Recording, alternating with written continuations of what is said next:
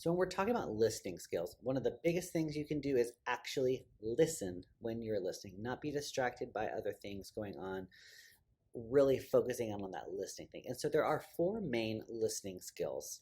The first one is attending. And attending means almost like giving, like checking attendance at the beginning of the day that teachers have to do, right? You are giving your physical, your emotional, your mental attention to that other person, to that student. That being said, you're not sitting at your desk listening to the student complain or talk about the situation that's happening. You're actually turning to them. You're orienting your body to the student. You have your face.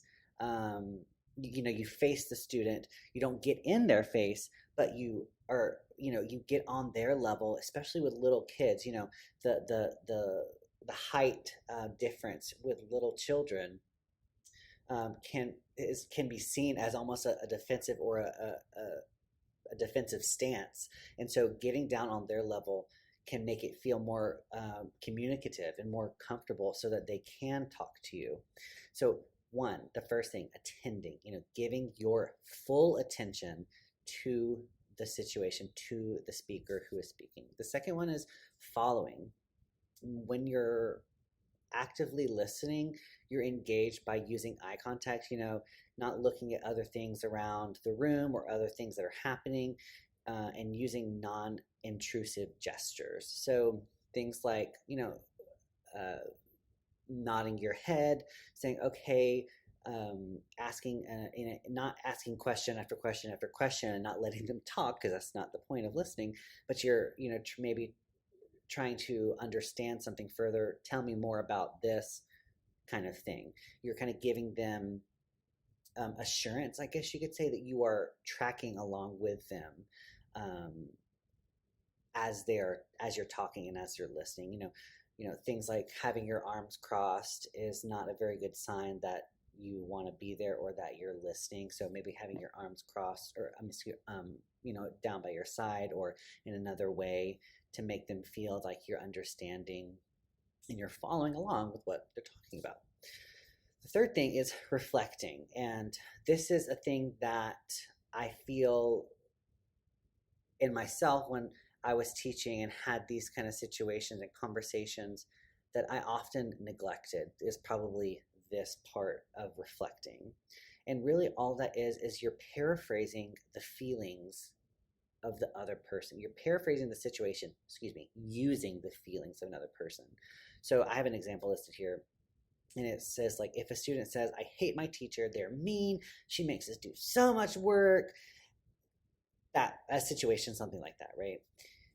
What you say as the teacher is, okay, so I hear what you're paraphrasing, and you're using the feelings of that person, of that student, right?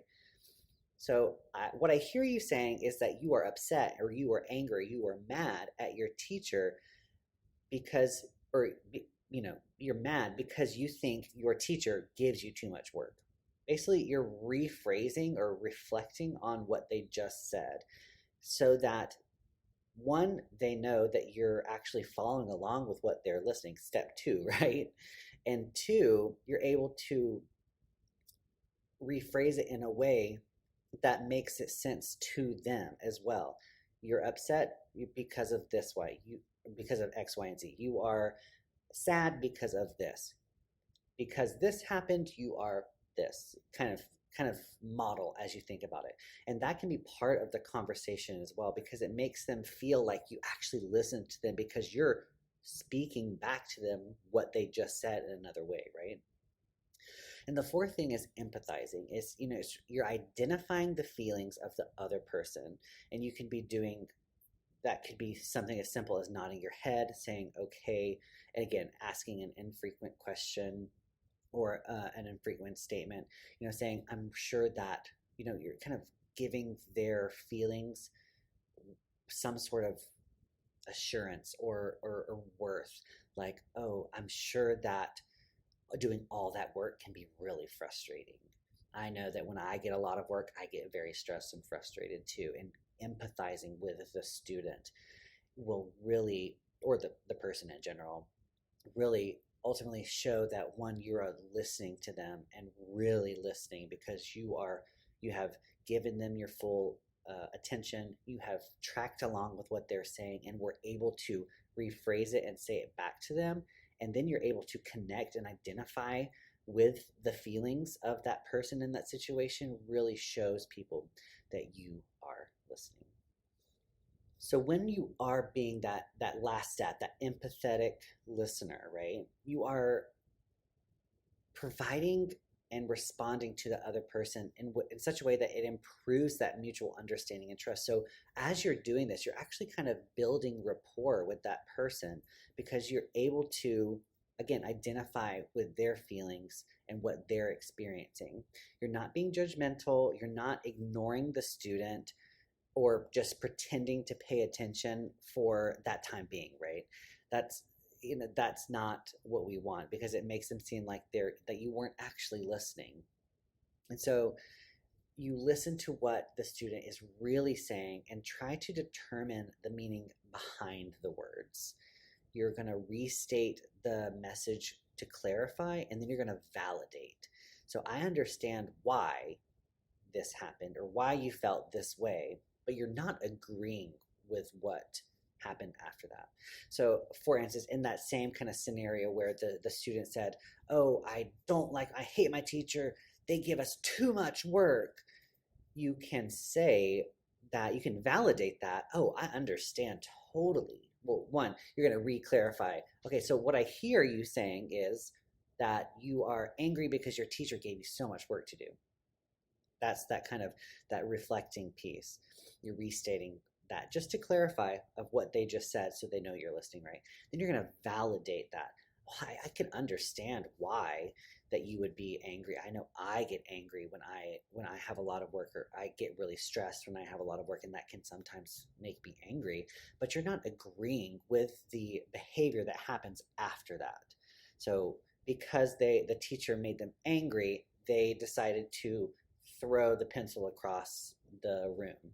You're not agreeing with them throwing the pencil across the room. You're agreeing with, or you're validating, I should say, validating their perspective and validating how they feel in that moment, right?